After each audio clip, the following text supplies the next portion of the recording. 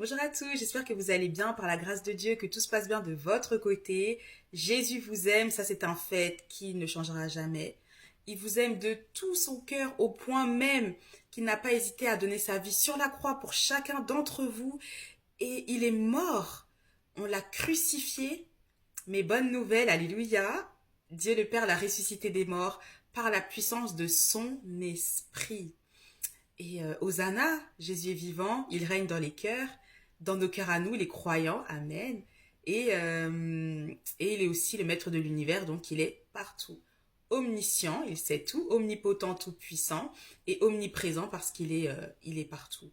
Ah, bon, vous avez compris. Et pardon, tout ça pour dire que bah voilà, est Dieu.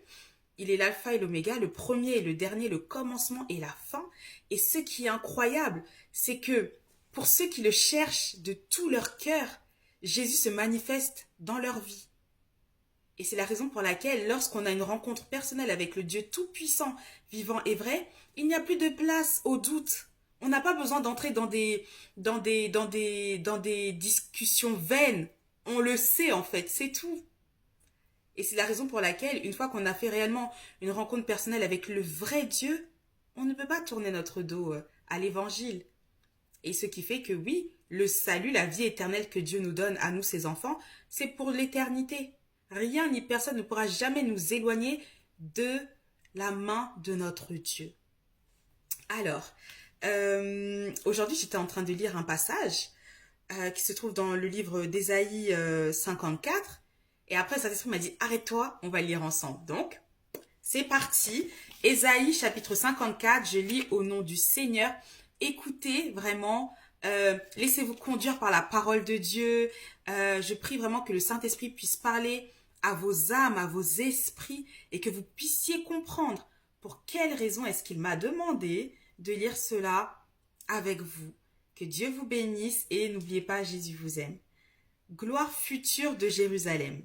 Réjouis-toi stérile, toi qui n'as pas eu d'enfant, éclate de joie et pousse des cris de triomphe, toi qui n'as pas connu les douleurs de l'accouchement. En effet, les enfants de la femme délaissée seront plus nombreux que ceux de la femme mariée, dit l'Éternel. Agrandis l'espace de ta tente, il est temps. Qu'on déplie les toiles qui te servent d'habitation, n'en retiens rien. Allonge tes cordages et renforce tes piquets. En effet, tu déborderas à droite et à gauche. Ta descendance envahira des nations, alléluia, et peuplera des villes désertes. Verset 4. N'aie pas peur, car tu ne seras pas couverte de honte. Ne rougis pas, car tu ne seras pas déshonorée. Au contraire, tu oublieras la honte de ton adolescence et tu ne te souviendras plus du déshonneur de la période de veuvage. En effet, ton époux, c'est celui qui t'a faite. Et son nom est l'Éternel, alléluia, le maître de l'univers. Celui qui te rachète, c'est le Saint d'Israël, Jésus. Et on l'appelle Dieu de toute la terre. Oui, la Bible ne dit pas que Jésus est Dieu, voilà. Mais bon, seuls les fils et les filles le savent. Oui, l'Éternel t'a rappelé comme une femme abandonnée à l'esprit abattu, comme une femme des jeunes années qu'on a rejetée, dit ton Dieu. Pendant un court moment, je t'avais abandonné, mais c'est avec une grande compassion que je t'accueillerai. Dans un débordement de colère, je m'étais un instant caché à toi, mais avec un amour éternel, j'aurai compassion de toi, dit l'Éternel, celui qui te rachète. En effet, la situation est pour moi pareille à celle de Noé. J'avais juré que le déluge qui a frappé Noé ne frapperait plus la terre.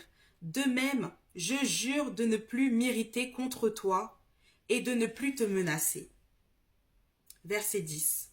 Même si les montagnes s'éloignaient, même si les collines étaient ébranlées, mon amour ne s'éloignera pas de toi et mon alliance de paix ne sera pas ébranlée. Dit celui qui a compassion de toi, l'Éternel.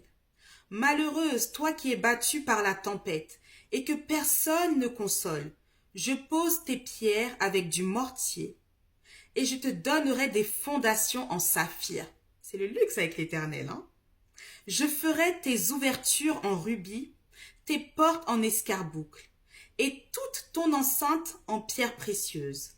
Tous tes fils seront disciples de l'Éternel, et leur prospérité sera grande. Tu seras affermi par la justice. Oublie l'oppression, car tu n'as rien à craindre. Oublie la terreur, car elle ne s'approchera pas de toi. Verset 15. Si l'on forme des complots, cela ne viendra pas de moi. Celui qui se liguera contre toi tombera contre toi.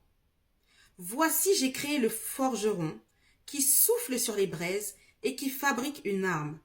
Mais j'ai aussi créé le destructeur chargé de l'anéantir. Verset 17. Toute arme préparée contre toi sera sans effet. Et toute personne qui s'attaquera à toi au tribunal, écoutez bien, c'est toi qui la condamneras. Alléluia. Tel est l'héritage des serviteurs de l'Éternel. Telle est la justice qui leur viendra de moi, déclare l'Éternel.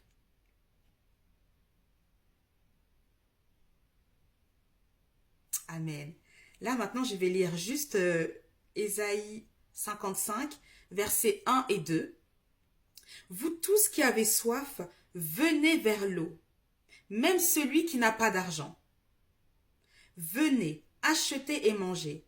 Venez, achetez du vin et du lait. Sans argent, sans rien payer. Pourquoi dépensez-vous de l'argent pour ceux qui ne nourrissent pas? Pourquoi travaillez-vous pour ceux qui ne rassasient pas? Que Dieu vous bénisse, que Dieu vous garde, que Dieu vous protège. Et n'oubliez pas toutes les promesses que Dieu vous a faites. Assurément, vous les verrez s'accomplir. Parce qu'il est fidèle, il est bon, il est saint. Il est le maître de l'univers, le Dieu créateur du ciel et de la terre. Plus vous allez regarder à Dieu et plus vous comprendrez à quel point vous êtes des fils et des filles du Dieu très haut. Vous n'êtes pas n'importe qui. Et si vous continuez à marcher dans ces voies parfaites, à choisir toujours la voie de la liberté, de la charité, de l'amour, de la paix, de la justice, assurément, si vous marchez avec le Saint-Esprit, si vous l'aimez de tout votre cœur, au retour de Jésus-Christ, vous ne resterez pas sur cette terre. Vous serez enlevés et vous assisterez à ce banquet extraordinaire qui se nomme les noces de l'agneau. Vous ne resterez pas sur cette terre.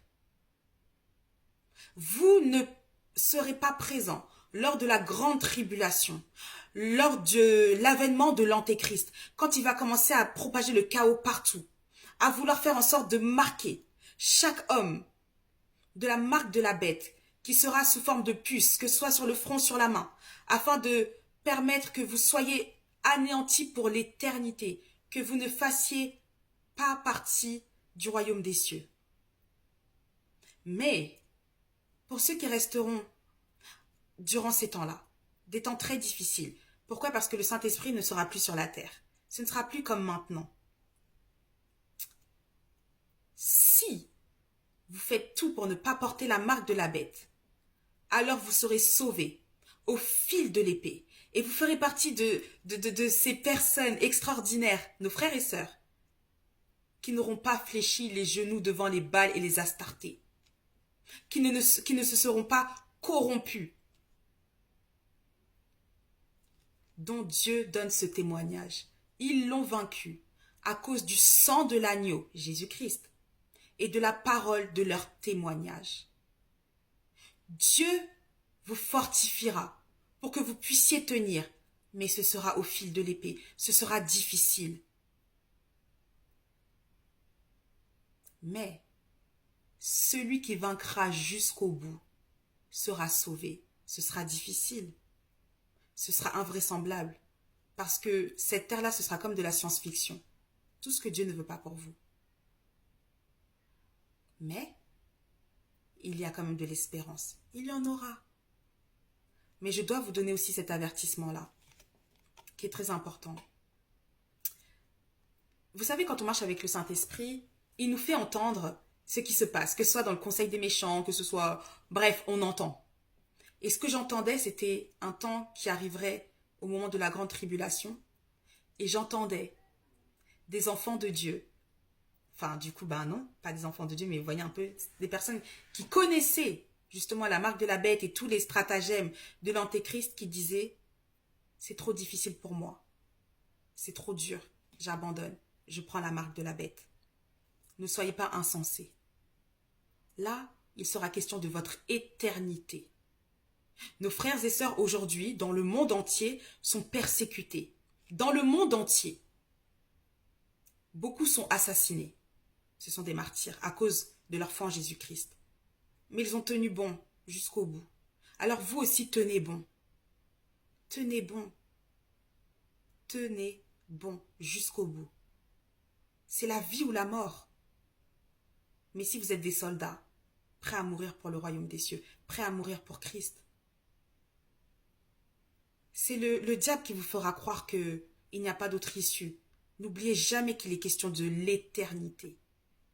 La mort éternelle loin de Dieu ou la vie éternelle avec nous, avec le Seigneur, avec les anges, avec ah là là, tous nos frères, les apôtres, le roi David, le roi Salomon, non pas Salomon, Samson, voilà, tous les héros de la Bible. Dieu n'a pas changé. Ne laissez pas le diable vous mentir. Ne laissez pas le diable vous dribbler. Ça en vaut la peine. C'est dur, ça en vaut la peine.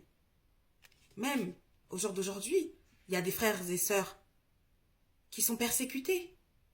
Même en France, même dans les pays développés, soi-disant. Vous voyez un peu, à cause de la foi. Mais le Seigneur dit quoi? Soyez sans crainte, j'ai vaincu le monde. Ce qu'on m'a fait, oui, on vous le fera. Parce que le serviteur n'est pas plus grand que le maître. Mais j'ai déjà vaincu. Combien d'entre nous n'ont pas été empoisonnés à cause de l'évangile? On est là. On est là. Pourquoi? Le Seigneur dit quoi? Si l'on boit un breuvage mortel, il ne nous sera fait aucun mal. On est là. On témoigne encore. On continue la mission. On fortifie les âmes.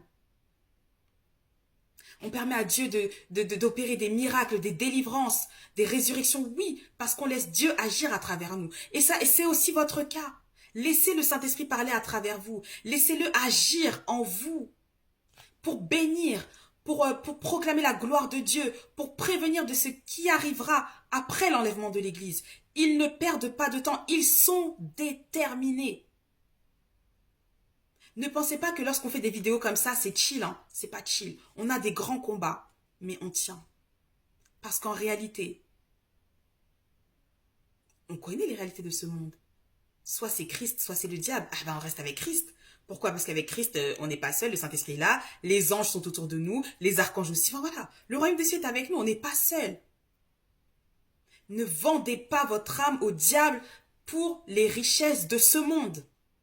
L'or et l'argent appartiennent à Dieu. Si Dieu a déjà dit dans ton ADN que tu seras riche, laisse-le faire, tu seras étonné. Mais avec les valeurs et les principes du royaume, la richesse, ce n'est pas que pour nous. On doit relâcher, on doit bénir, même quand on a peu. Le Seigneur nous donnera toujours pour que nous puissions bénir. Et c'est là qu'on fait la différence. C'est là qu'on voit la différence entre ceux qui servent Dieu et ceux qui servent le diable. Celui qui veut donner, Dieu donnera encore davantage. Mais Dieu aussi vous mettra à cœur de relâcher. Parce que celui qui ne relâche pas, c'est celui qui travaille pour Mammon. Soyez, je dis ce que, bon Saint-Esprit, soyez vivants pour l'éternel. Mourrez à vous-même et laissez Christ croître en vous. C'est ça la différence. Quand on est un fils du diable, c'est impossible. On ne peut pas aimer. On ne peut pas aimer sincèrement. Ni être aimé sincèrement en réalité. Demeurez dans la foi. Soyez forts. Vous avez déjà la victoire en Jésus-Christ. Que Dieu vous bénisse. J'entends vidéo 2. Je ne vais pas lutter. À tout de suite. Au nom de Jésus. Jésus vous aime. Bye. À tout de suite.